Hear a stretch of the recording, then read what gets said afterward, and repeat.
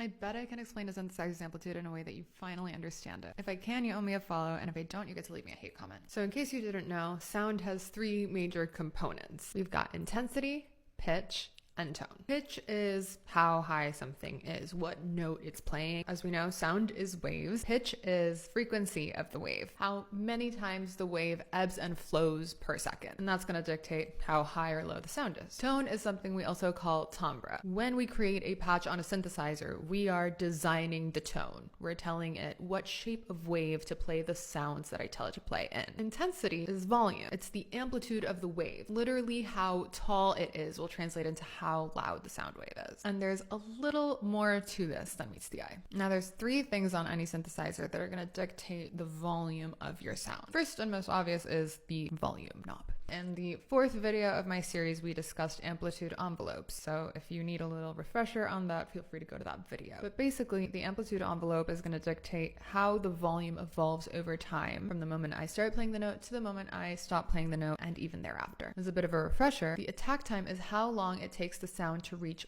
100%. One thing we didn't touch on though is what dictates that 100%. You might look at the synthesizer and think, oh, well, it's probably this 9 dB right over here. And that's mostly true. However, there is one other thing that's controlling the volume. Hidden under the MIDI tab, you're gonna see this thing that says amp and vel. Vel is short for velocity, and it's something that most MIDI controllers can detect. Velocity sounds like it's talking about speed, but it's actually talking about intensity. Granted, more often than not, speed and intensity kind of go hand in hand. But velocity in the case of a MIDI controller is literally how hard you hit the key. Now this here is telling me that the amplitude is affected in 50% by that velocity. Let's crank it up to 100 and really feel the difference. Notice the difference between when I lightly touch the key to when I straight up slam on it. Very gentle and straight up slammed.